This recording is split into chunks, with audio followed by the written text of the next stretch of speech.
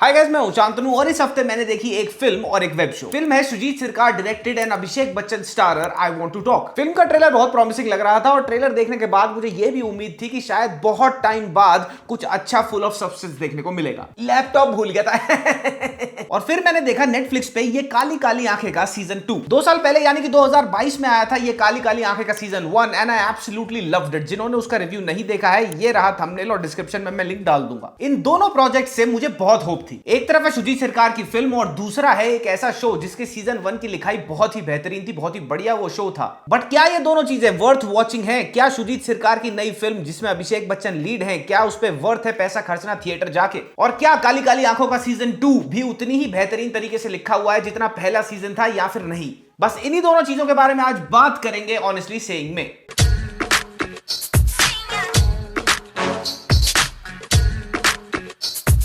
तो पहले बात करते हैं Sujit Sircar directed and Abhishek Bachchan starrer I want to talk की।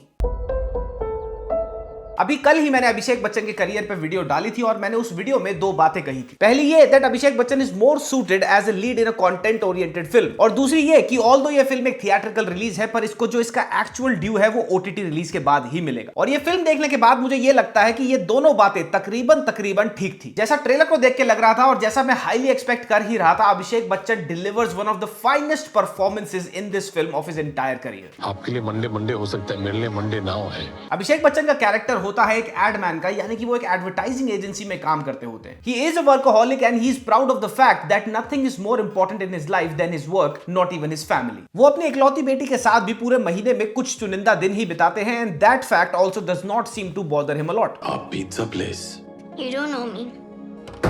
But then he gets to know कि उनको कैंसर है and he has no more than nearly 3 months to live. एक divorced single workaholic father and then a father who is ailing, who is regretting his life decisions, और वो अपने बचे कुचे जिंदगी के दिन अपनी बेटी के साथ बिताना चाहता है। Does it hurt?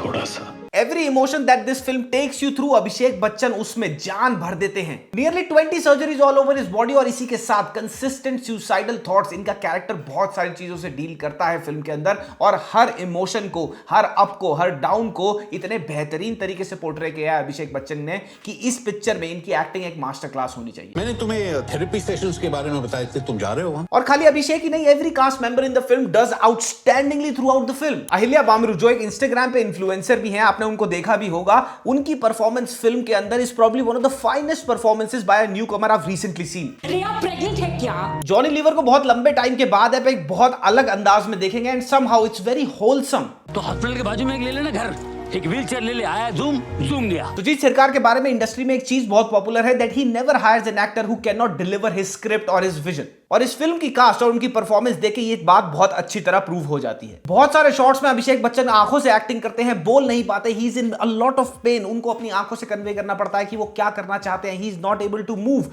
All of this has been done very very finally.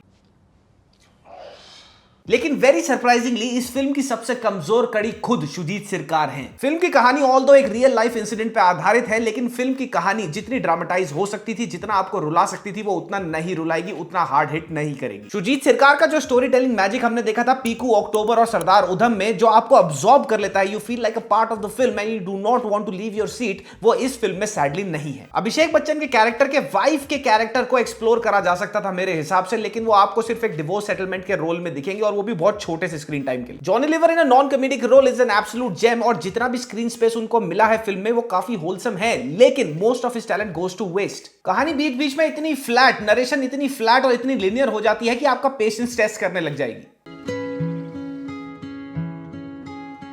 BGM film का बिल्कुल भी खास नहीं है। कई जगहों पे तो सारे के सारे shots literally without any BGM ही चल रहे हैं और गाने भी बिल्कुल मेमोरेबल नहीं है। एक ब्रोकन रिश्ता बाप बेटी का, एक दमदार सर्वाइवल की कहानी, एक fantastic cast. There is so much going on in this film for this film, but sadly Sujit Sircar is not one of them. पीको और अक्टूबर में जैसे डेथ को, अनस्पोकन लव इन रिलेशनशिप्स को एक डार्क पोएम की तरह दिखाते हैं सुजीत, इस फिल्म में वो ये करना तो चाहते थे लेकिन वो हुआ नहीं। ये फिल्म यूनिवर्सली लोगों से कनेक्ट कर सकती थी अपनी कहानी के थ्रू, अपनी कहानी की ड्रामेटाइजेशन के थ्रू, लेकिन कहानी का जो पेस है वो बहुत बोरिंग हो जाता है। इस वजह से ये पिक्चर लोगों को थिएटर्स में नहीं खींच पाएगी। जब मरने का टाइम आएगा ना सीधे आपके पास आ जाऊंगा। मैं अपने दरवाजे के लॉक्स चेंज कर दूंगा। It's not outrightly a bad film, not at all. In fact, it's very, very far from it, but it has to be one of the weakest film from Sujit सरकार। तो अगर आप सुजीत सरकार की स्टोरी टेलिंग के fan हैं, अभिषेक बच्चन की one of the finest performances देखना चाहते हैं, एक बहुत अच्छी स्टार कास्ट एक ब्रिलियंट तरीके से अपनी परफॉर्मेंस दे रही है, वो देखना चाहते हैं, and more important than that, if you have the patience to sit through such a film,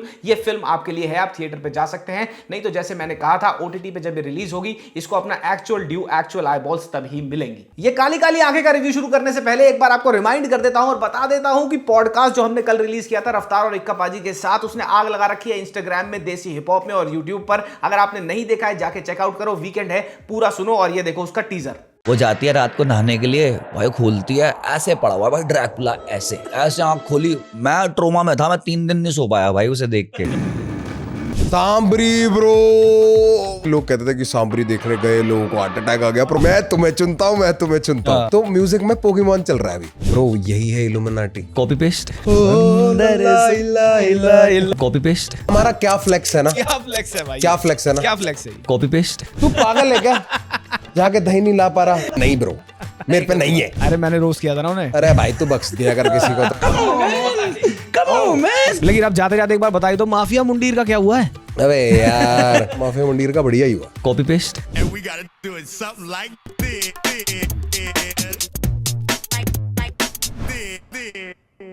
अब आ जाते हैं भैया ये काली काली आंखें के सीजन 2 के रिव्यू पे। सीजन 1 को आए हुए 2 साल हो चुके हैं और मैंने उसको रिव्यू भी किया था और मुझे आज भी याद है उसकी कहानी, उसकी लिखाई, एवरीथिंग वाज सुपर्ब। एक लड़की मैनिकली ऑब्सेस्ड है एक लड़के से, वो लड़का किसी और लड़की से प्यार करता है, उससे प्यार नहीं करता, वन साइडेड लव की कहानी है। वो फिर अपने बाप का बाहुबल यूज करके उससे शादी कर लेती है and the story ends there in the first season. 15 साल 8 महीने हमारा इंतजार किया। नाउ सीजन 2 की कहानी एग्जैक्टली वहीं से शुरू होती है जहां सीजन 1 ने हमें क्लिफ हैंगर पे छोड़ा था। पहला एपिसोड बहुत अच्छा है, कहानी को कंटिन्यू करने का अच्छा काम करता है, लेकिन दूसरा, तीसरा और चौथा एपिसोड एब्सोल्युटली टेरेबल है। सीजन 1 में कहानी जितनी थ्रिलिंग थी, ग्राउंडेड थी, जो ट्विस्ट एंड टर्न्स से जो सस्पेंस था, सीजन 2 में कुछ भी नहीं है। इनफैक्ट 1% भी नहीं है सीजन 1 का। प्रोडक्शन वैल्यू, लोकेशंस पर शूट, ब्यूटीफुल लोकेशंस को यूज करा गया है सीजन 2 में, लेकिन ये सब मैटर नहीं करता अगर स्टोरी टेलिंग ही पिस पुअर हो तो। तो उसे रौन देना बेहतर होता है। गुरमीत चौधरी का नया कैरेक्टर इंट्रोड्यूस करा गया है शो में। He is also very capable actor, लेकिन उनका कैरेक्टर पता नहीं किस बदतमीजी से लिखा गया है। ऐसा लग रहा था मुझे आधे से ज्यादा शो में पठान की पैरोडी कर रहा है वो कैरेक्टर। फुलवा का दोस्त उसे घर वापस लाने आया। सीजन 1 में ये शो एक थ्रिलर सस्पेंसफुल वॉच था। यहाँ पे आपको लगेगा एक बेकार सी low budget action web series देख रहा हूं मैं। गुरमीत चौधरी के कैरेक्टर को एक असैसिन कम कमांडो बना दिया है जो आउटसाइड ऑफ नोवेयर आ जाता है भैया यूके से बचाने के लिए। लड़की को पता नहीं कहां जा रहा है, गोलियां मार रहा है, कहीं भी चल रही हैं। एक शॉट में तो भैया 200-250 फुट के एक बड़े पत्थर से पहाड़ी इलाके में गोलियां मारता हुआ उतर रहा है, कहीं भी गोलियां मार रहा है, जैसे पिचकारे चला रहा है और लोग इधर उधर मर रहे हैं। इतने खराब तरीके से एक्शन शॉट्स को लिया गया है, there is no realism to it.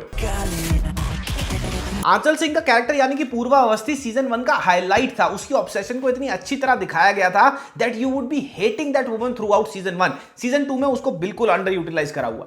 मैं कोई दूर नहीं कर सकता तुमसे विक्रांत। ताहिर राज वसीम सीजन 1 में भी बहुत बढ़िया थे, सीजन 2 में भी बहुत बढ़िया है, लेकिन यहाँ पे उनके कैरेक्टर की लिखाई भी बहुत ही ज्यादा कंफ्यूज लगती है थ्रू आउट। लद्दाख उफान कॉन्ट्रैक्ट किलर, लोग उसे वापस ले आओ। इंटरनेशनल एंगल जो इस कहानी में डाला गया है सीजन 2 में, वो मुझे बहुत ही अटपटा लगा। अच्छी खासी कहानी चल रही थी, इतने बड़े क्लिफ हैंगर पे वो एंड हुई थी। ये कहां से कहां पहुंच सकती थी इस सीजन में, लेकिन कहां से कहां आ गई। अगर आपने सीजन 1 देखा है और वो आपको पसंद आया था, तो सीजन 2 के तीसरे एपिसोड के बाद आप अपने हथियार डाल के बोल दोगे आई सरेंडर। सरप्राइजिंगली सिर्फ शो के आखिरी एपिसोड में यानी कि छठे एपिसोड में आपको थोड़ा सा फ्लेवर दिखेगा सीजन 1 की राइटिंग का। इस सीजन में कुछ गाने हैं, 1, 2 या 3 गाने हैं, मुझे काफी अच्छे लगे। प्रोडक्शन वैल्यू जैसे मैंने कहा था इस बार टॉप नॉच है, पिछले बार वाले सीजन से बहुत बेटर है। बहुत अच्छे शॉट्स लिए गए हैं, ब्यूटीफुल लोकेशंस यूज करी गई हैं। ये मोहब्बत नहीं जुनून है। विजेंद्र काला साहब और सौरभ शुक्ला साहब का जो कैरेक्टर है शो के अंदर, वो अच्छा टच देता है ह्यूमर को, लेकिन गोल्डन का जो कैरेक्टर था जिसकी आउटस्टैंडिंग कॉमेडी थी सीजन 1 में, सीजन 2 में उसको भी पता नहीं क्या वाहियात जोक्स दे रखे हैं यार।